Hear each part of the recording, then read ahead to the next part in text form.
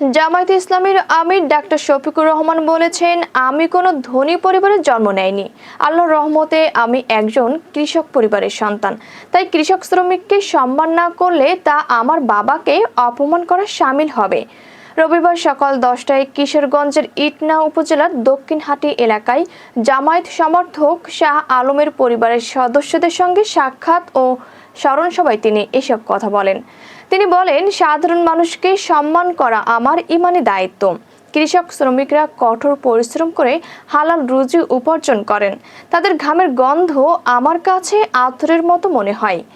তিনি আরও বলেন, অনেক সময় দেখি কেউ কেউ গরিব মানুষের সঙ্গে হাত মেলানোর পর আড়ালে গিয়ে হাত মুছে ফেলেন, কিন্তু আমি তাদের সেই ঘামকে সম্মানের চোখে দেখি, ভালোবাসার সঙ্গে গ্রহণ করি। তিনি আরো বলেন, আমি দুই শ্রেণীর মানুষের সান্নিধ্যে বিশেষ আনন্দ পাই। একদল হলো নিষ্পাপ শিশু, যাদের কাছে গেলে ফেরেশতাদের সান্নিধ্যে থাকার অনুভূতি হয়।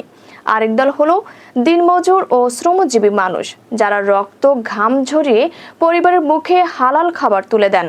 স্মরণ সভায় তিনি শাহ আলমের পরিবারের দায়িত্ব নেওয়ার ঘোষণা দিয়ে বলেন, আমি যতদিন সংগঠনের দায়িত্বে আছি ততদিন এই দায়িত্ব পালন করব। ভবিষ্যতে যারা দায়িত্বে আসবেন তারাও তা পালন করবেন বলে আশা রাখি।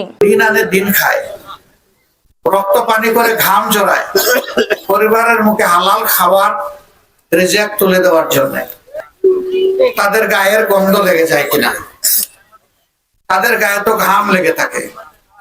আমার কাছে এটা ঘাম না, শতভাগ হালাল রুজি। যে মানুষের গায়ের ঘামকে আমার কাছে আতর আতর।